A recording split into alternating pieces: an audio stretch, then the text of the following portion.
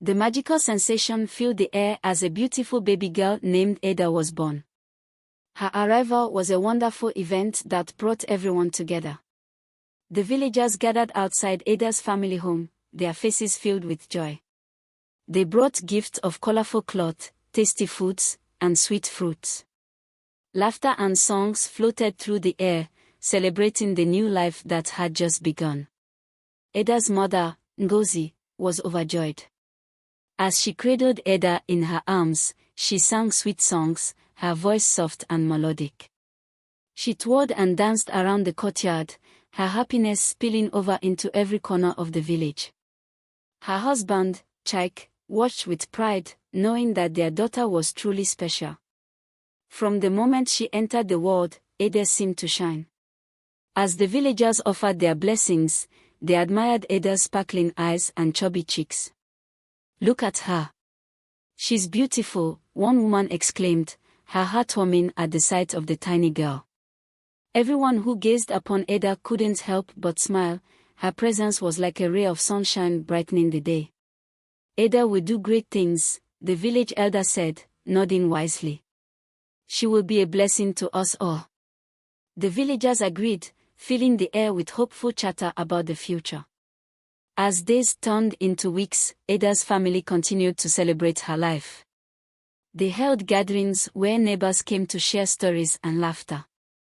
Ada would coo and gaggle as her family played games around her. Each smile she gave them felt like a spark of joy, radiating warmth and love. Ngozi would often look into her baby girl's eyes and dream about the future. "You will be extraordinary, my Ada," she would whisper gently. "You will make the world a better place with your smile and kindness." Little did she know how true her words would one day become. Ada grew quickly. With each passing day, she became the center of her family's world. Her laughter filled their home, and everyone would gather just to listen to her sweet sounds. As she grew, Ada reached milestones that brought much excitement. Her first steps were celebrated with a joyful dance, and her first words were cherished like precious gems. In the village, Ada became loved and cherished by all.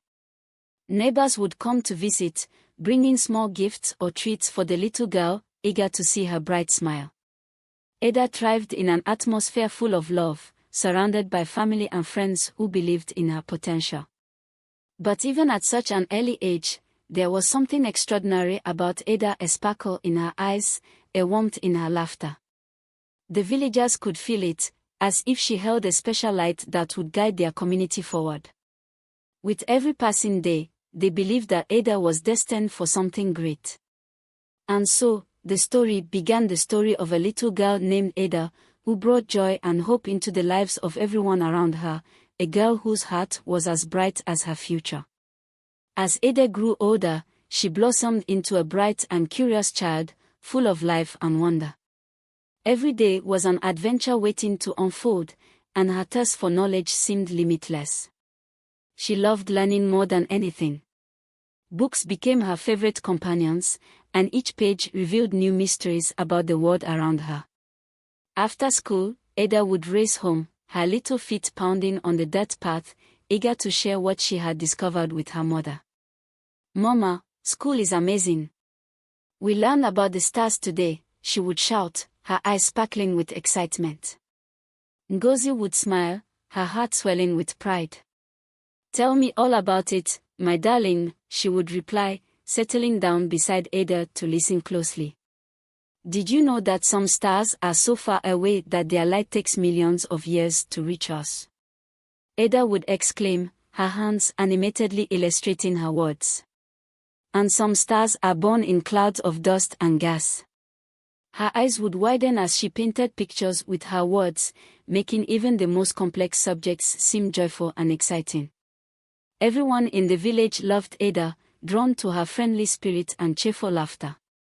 Villagers often remarked on how clever she was for her age. "That little girl has the heart of a lion and the mind of a scholar," one elderly man would say with a chuckle. Ada's warm smile and kind demeanor endeared her to all. She would wave to the older women as she passed by, and they would call out affectionate nicknames for her. At school, Ada was eager to make friends, inviting classmates to join her in games during recess. "Let's play tag," she'd say, her laughter ringing through the air, infectious and joyful. Her friends loved having her around, and they would follow her lead, turning every day into a grand adventure. Ada's kindness extended beyond her friends. Whenever she noticed a classmate struggling, she would offer help without hesitation. "It's okay, we can figure this out together," she encouraged, always ready to lend a hand. Her compassionate nature made her a favorite among both students and teachers, who often praised her for her efforts. As the seasons changed, Ada continued to thrive. She learned about the world around her, plants, animals, and cultures, absorbing everything like a sponge. At night, she would lay in bed, gazing at the stars that twinkled outside her window. "I want to know everything about you," she would whisper to the stars, imagining herself exploring the vast universe.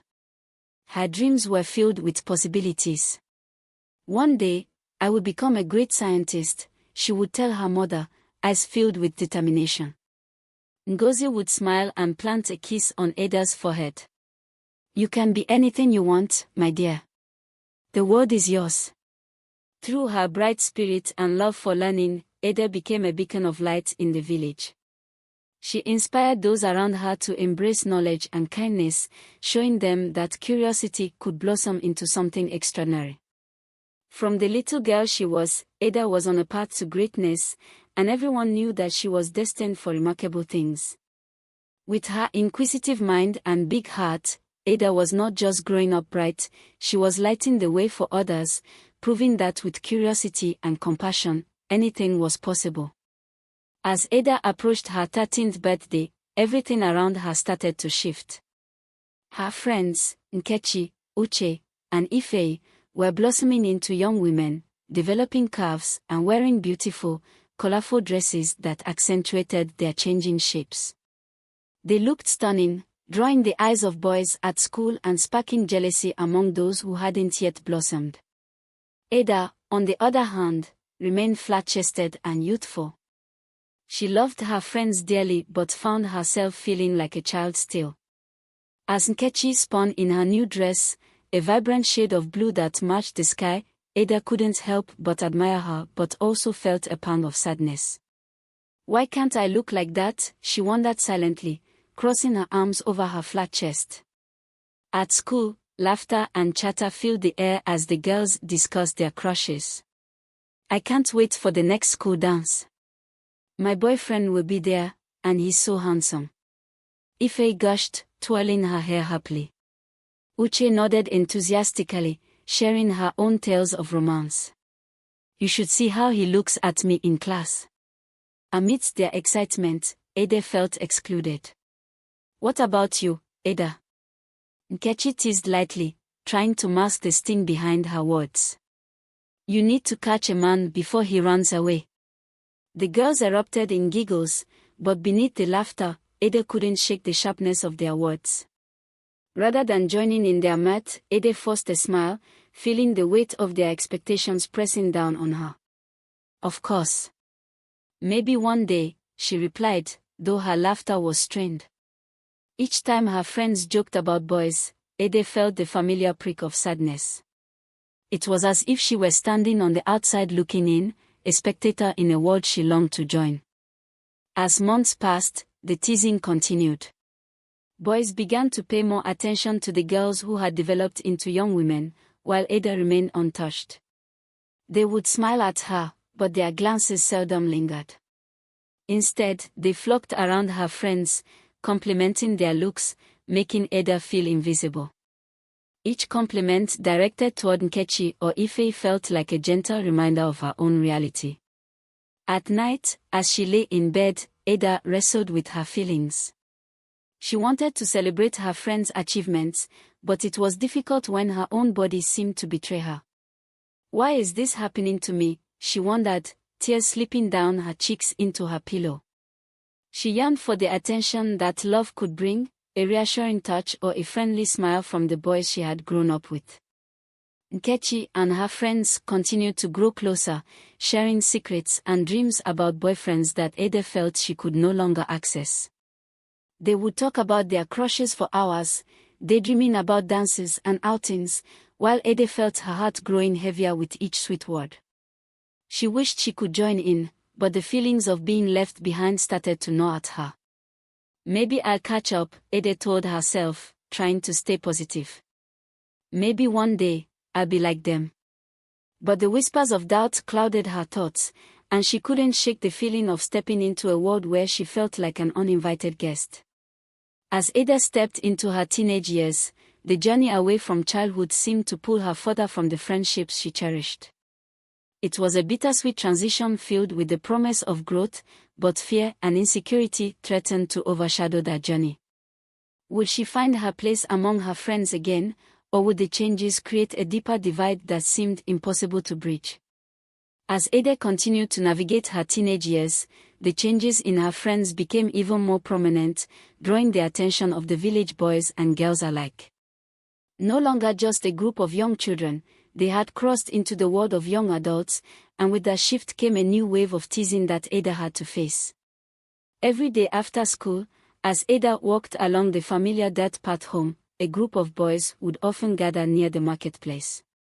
They would joke and laugh, their voices ringing out in the air, but as soon as Ada approached, their laughter would take on a sharper edge. "Hey, Ada," one of the boys would call, leaning against the wall with a smirk on his face. "Why are you still flat as a board? Are you a baby or what?" The mockery stung, and although Ada forced a smile, inside, she felt a mix of embarrassment and frustration. "Very funny," she would respond, attempting to brush it off with a laugh.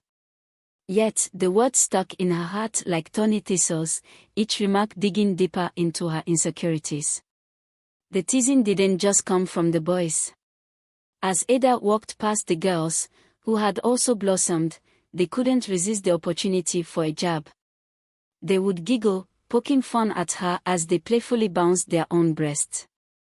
"Ada, you might want to catch up," one would laugh, her tone dripping with mock sweetness. "Are you still waiting to sprout?" Her own friends sometimes joined in, caught up in the spirit of teasing rather than defending her. Uche, who usually stood by Ada's side, would give her a playful nudge while giggling, "You should start eating more yams, Ada. They might help you grow." Though they meant it as a light joke, Ada could see the strain in the laughter, the way her friends struggled between supporting her and wanting to fit in with the others. As Ada continued her walk home, the laughter echoed in her ears, each chuckle from her once supportive friends feeling like a betrayal.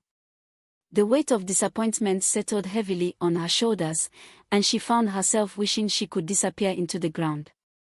The ridicule from those she had once considered allies felt particularly cruel. Each evening, as she prepared for bed, Ada looked at her reflection in the dim light, searching for the beauty that everyone else celebrated. "Why am I not like them?" she whispered to herself, tears slipping down her cheeks. "What's wrong with me?" The feeling of being different, of being left behind, wrapped around her like a dark cloak. In class the next day, even when her teachers praised her for her hard work, the weight of the boys' jest and the girls' mocking laughter lingered at the back of her mind.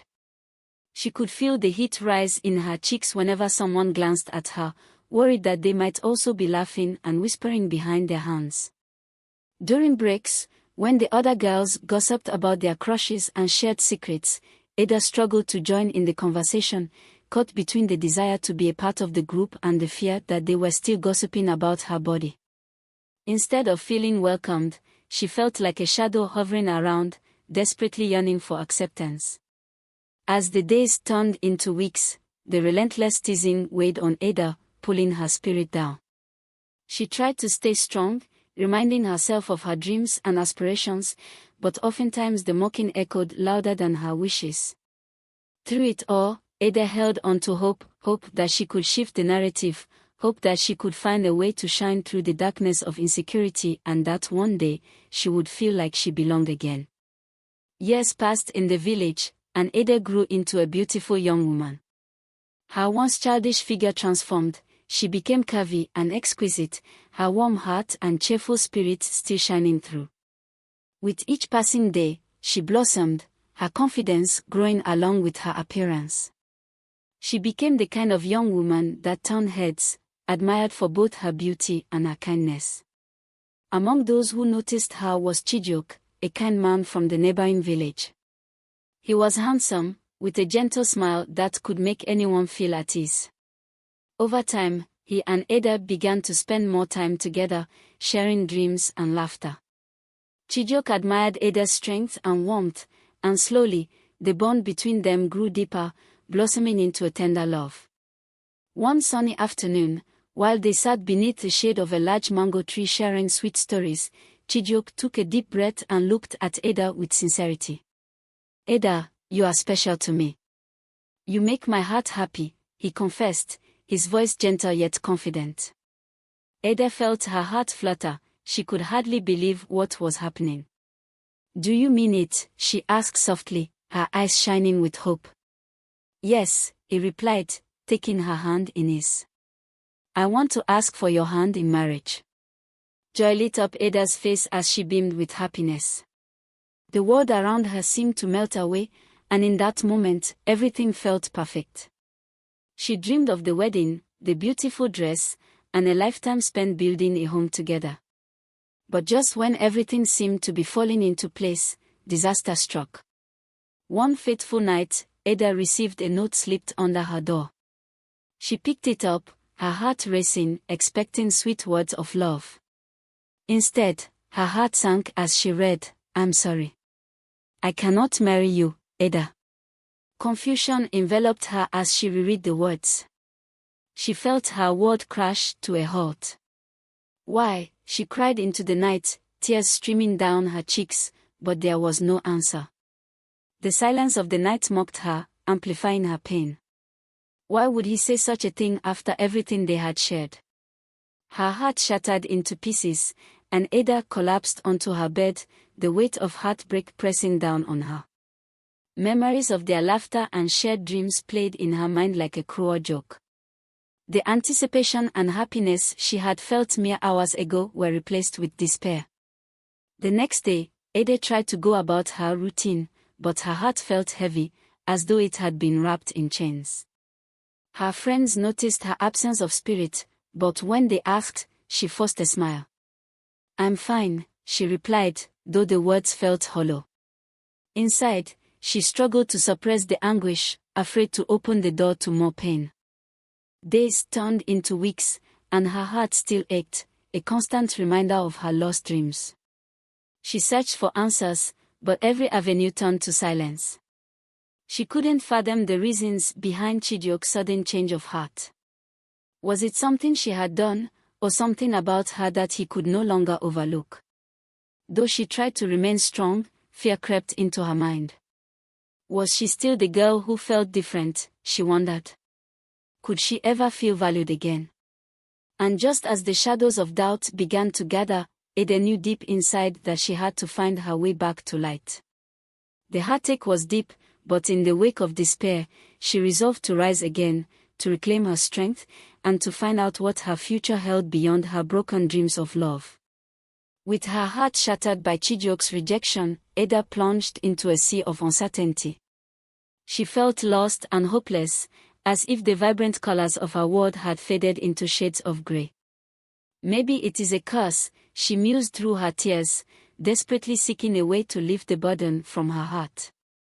Determined to find answers, Ada ventured to visit the oldest woman in the village, Mama Ikin, known for her wisdom and connection to the spirit world. Mama Ikin had seen generations come and go, her deep eyes twinkling with the knowledge of the ages. "Mama, please help me," Ada pleaded, sitting on the floor of the humble hut adorned with herbs and charms. "I feel cursed. I lost the man I love, and I don't know why." Mama Ikin studied Ada intently, her hands intertwined as she considered her words. "Child," she said, her voice smooth like honey, "love is a complex dance, not bound by curses but by the choices we make. You must find your strength within first. Trust that the spirits will guide you. Although Ada appreciated the comforting words, she felt no closer to finding a solution. She left the hut, her heart still heavy, and wandered through the village, searching for more answers.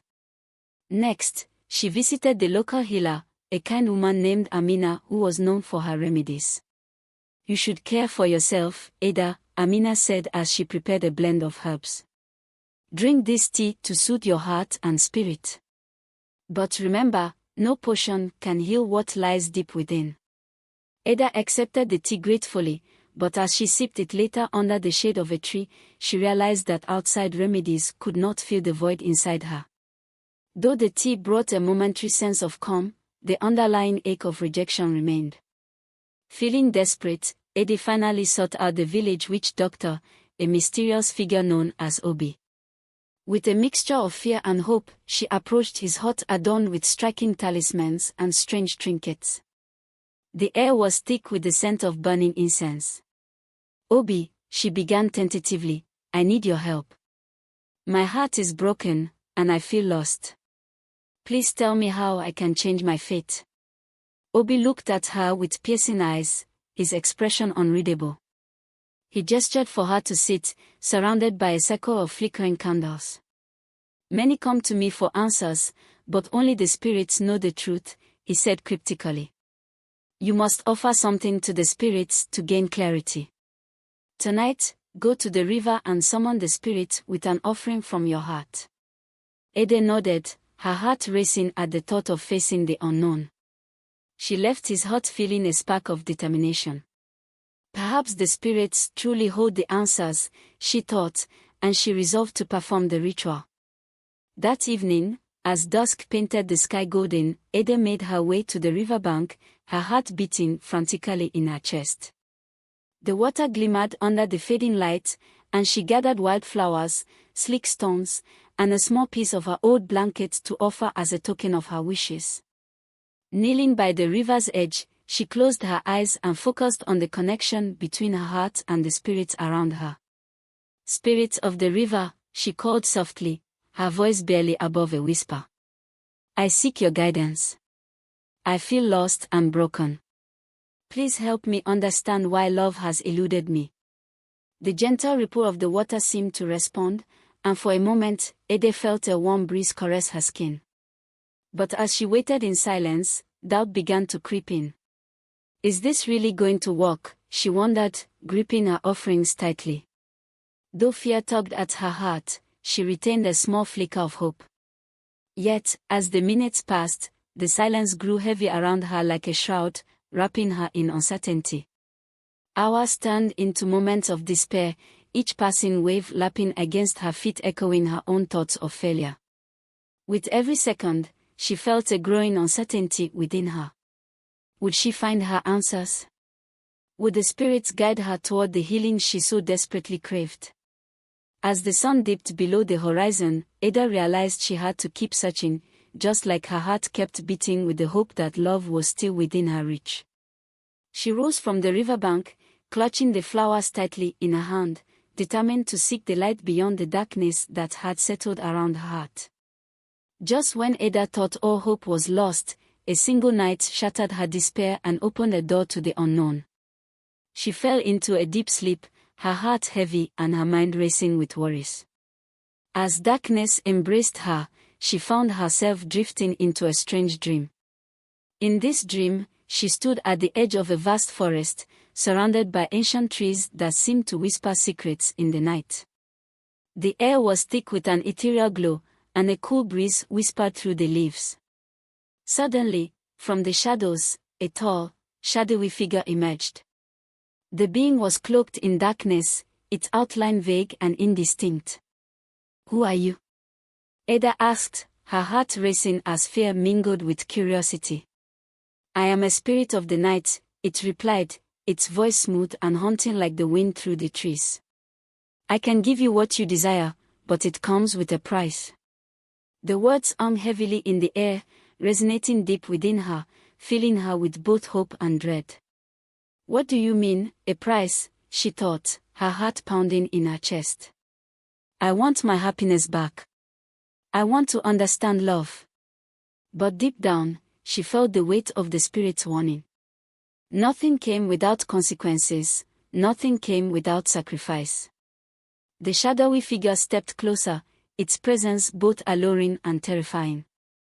"I see the pain in your heart, the emptiness that haunts your dreams," it whispered, its voice wrapping around her like mist. "You seek love and the acceptance you crave. I can grant you the beauty and power to draw the attention of every soul in your village. Men will crave your warmth, and you will be a beacon upon which they gaze." Ada's breath caught in her throat as she processed the Spirit's words. Could it be true? Could I finally be the object of love and admiration? But the memory of her earlier hurt held her back. "What price must I pay?" she asked cautiously.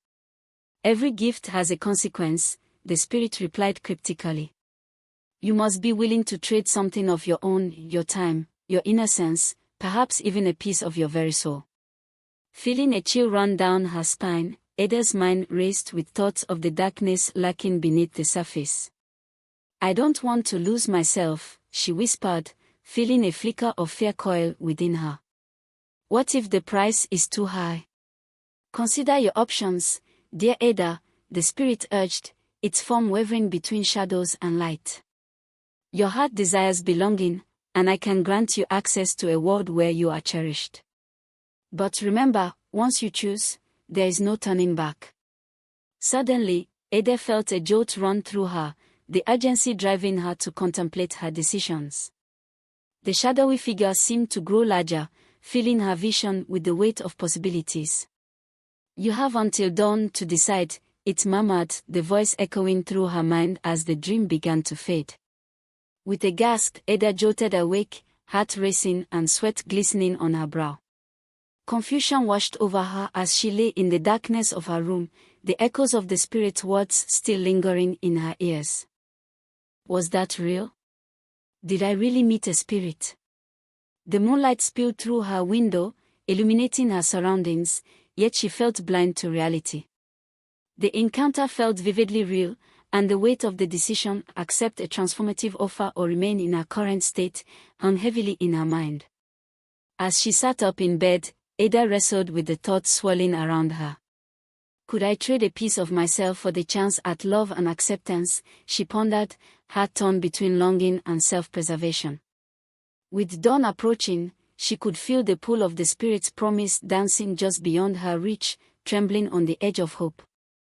Ada realized that her life was at a crossroads, a mystical turn that could lead her down a path of new beginnings or to the depths of darkness. Whatever decision she made, one thing became clear: her journey was about to take an extraordinary twist, one that would change the course of her life forever. Would she embrace the unknown, or would she hold on to the essence of who she truly was? Only time, and her decision, would tell. After days of pondering the Spirit's offer and what it all meant, Ada woke one morning feeling a strange ripple of energy coursing through her body. As she opened her eyes and stretched lazily, she noticed something remarkable: the contours of her body had transformed overnight. Her breast had grown, fuller and more voluptuous than she could have imagined. With a mix of shock and excitement, she gasped and rushed to the mirror. Staring back at her was an entirely different woman. Ada could hardly believe her eyes. She had always longed for this change, and now it felt as if her dreams had materialized. "This is unbelievable," she whispered to herself, marveling at her reflection. She felt a rush of confidence wash over her as she admired her new shape. For the first time, she felt powerful, vibrant, and undeniably beautiful. As she got dressed, Ada's heart raced with anticipation. Today would be different. She could already sense the way her appearance would change how others saw her, especially the boys who had teased her in the past. She dressed in a flowing, colorful dress, one that accentuated her new curves, and walked to the village square with her head held high. Word of her transformation spread like wildfire through the village. Everywhere Ada went, she noticed the eyes of the villagers, including those of the boys from her youth, turning to gaze at her with a mixture of admiration and desire. "Look at Ada," one boy whispered to another. "She looks incredible." With each step she took, she felt the thrill of attention enveloping her like a warm embrace. It was exhilarating. But while many admired her new beauty, not all were pleased. As the sun rose high in the sky, Ada gathered with friends, her excitement spilling over as she shared her happiness. "Can you believe it? I feel like a different person," she exclaimed.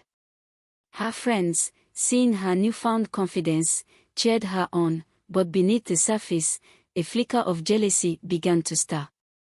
However, soon the cheers were accompanied by murmurings as nearby village women felt the pang of envy and suspicion. "Did you see how Ada's body changed overnight?" one woman whispered to her friend, her voice low. "It's unnatural. I hear it's not just a natural gift, but something more." The rumor spread quickly, as whispers of charm and potion became a source of gossip among the women. They believed that Ada had used some sort of magic to enhance her breast, openly accusing her of seeking help from a witch doctor. "My breast is feeling heavy now," one woman complained, her eyes narrowed with suspicion. "I think there's something in the air. It's like the charms are being passed around." Despite the laughter and encouragement from her friends, Ada couldn't ignore the murmurs that seemed to trail her like a shadow. She caught snippets of bitter comments about how other women claimed their own breasts had shrunk. "What kind of magic does she possess? Something is off," they exclaimed with frustration. The bitterness spread throughout the village, turning admiration into accusations. Ada tried to brush off the hurtful comments, but they clung to her heart, haunting her thoughts. "I only wished for happiness, not envy," she cried in silent frustration. In the following days, Ada noticed the atmosphere in the village shift. The playful banter she once enjoyed turned into a cold silence when she entered the room. Women she had called friends turned aloof, and even her own friends began to distance themselves, torn between supporting her and feeling envious of the newfound attention she received. "Why do you think people are acting like this?" Ada asked Nkechi one afternoon as they walked by the river. "I thought they would be happy for me." Nkechi looked troubled, twisting her hair between her fingers. "They think there's something strange about your change. Some even wonder if you've manipulated your beauty.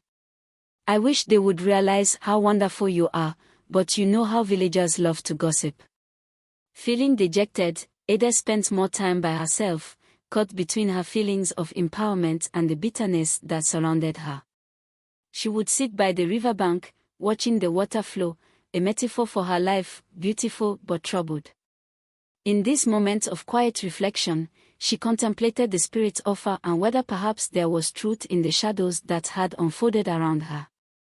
One evening, finding herself unable to escape her worries, Ada decided to confront the whispers head-on. She organized a gathering for the women of the village, determined to clear the air and show them that she had not changed in spirit, only in appearance. As the sun dipped below the horizon, Ada stood before the women who had once been friends, her heart racing as she prepared to speak. "Thank you for coming," she began, her voice steady despite the tension surrounding the group. "I know there have been whispers about me, about how my beauty has changed.